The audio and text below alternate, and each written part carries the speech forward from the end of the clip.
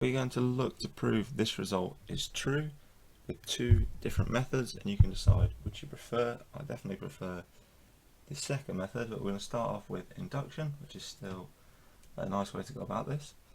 So let's take the base case, which is n equals 1. Well, this sum on the left hand side is the sum from r equals 1 up to 1 of 1 over r plus 1. So that's just one term, so that's just 1 over 1 multiplied by 1 plus 1. That's equal to 1/2. The right hand side, we sub in the formula, so n's 1, so we just have 1 over 1 plus 1 equals 1/2. So that's good. It works for the base case, n equals 1.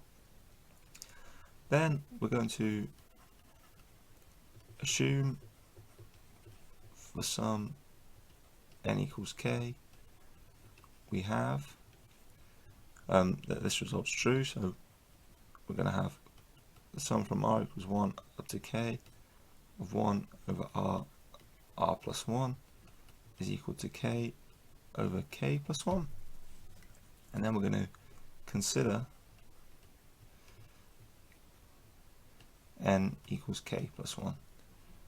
So the sum from r equals 1 to k plus 1 of 1 over r plus 1 is equal to the sum from before, so r equals 1 up to k of 1 over r plus 1 plus one additional term, and that term is 1 over k plus 1 k plus 2, and that's just from subbing k plus 1 into 1 over r plus 1.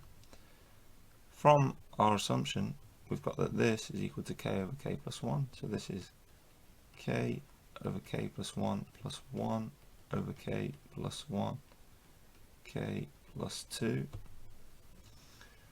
And then what we're going to do is combine these, so we're going to multiply this bracket by k plus 2 over k plus 2, but there's not this bracket, this fraction, multiply top and bottom by the same thing, which is k plus 2, so we're going to get k plus 2 plus 1 over k plus 1 k plus 2. Multiplying this out on the top, we get k squared plus 2k plus 1, denominator stays the same.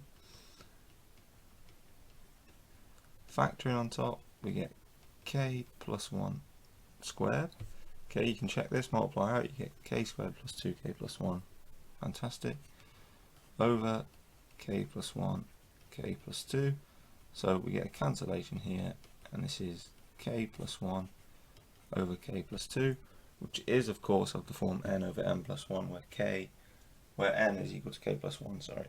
So that's what we're looking to do, and then because we've shown it in the base case n equals 1, works for n equals 2, n equals 3, and so on. Yeah, so this is a fairly standard induction proof. A lot of algebra though involved here, which is a bit of a pain, but nothing too complicated. So now we'll get on to the second method. Okay, this next method involves a little bit of manipulation of the term inside the summation, and then we get a lot of cancellations, and this provides us with a nice elegant solution to the problem.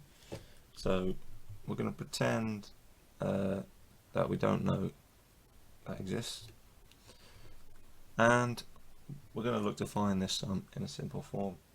This is called the method of differences, I believe, it might be referred to, and hopefully you would have seen it before, but it works in this example. So we're going to use partial fractions. We're going to say 1 over r multiplied by r plus 1 is equivalent to some a over r plus b over r plus 1.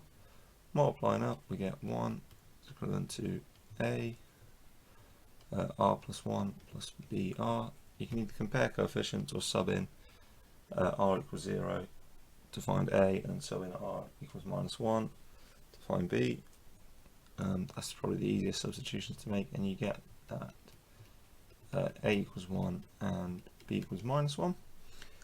And that means when we consider this sum,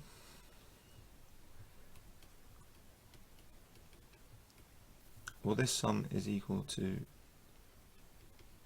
this sum now, and hopefully you can already see where this is going. That the first term we get 1 over r, so that's 1, minus 1 over r plus 1, so that's 1/2. Then the next one we get a 1/2 here minus 1/3.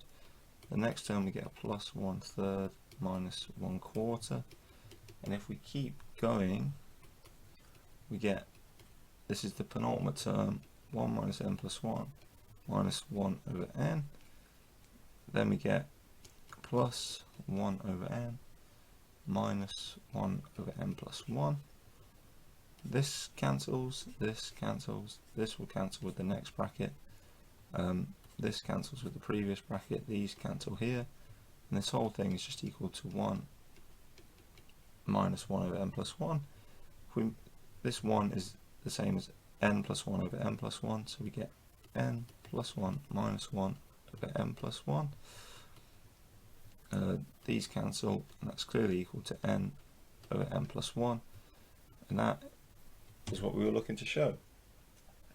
So I think that is a nice, elegant solution. This is a technique that works for quite a few sums, so be sure to keep it in your toolbox. But otherwise, induction works nicely for a lot of these summation problems. Let me know in the comments which solution you preferred, and if you've got any other summation problems you want me to take a look at, let me know about that as well, and I'll get to that as soon as I can. So thank you very much for watching this video. If you did enjoy, please leave a like. Any support on the channel is much appreciated, and I hope to see you in the next one. Have a good day.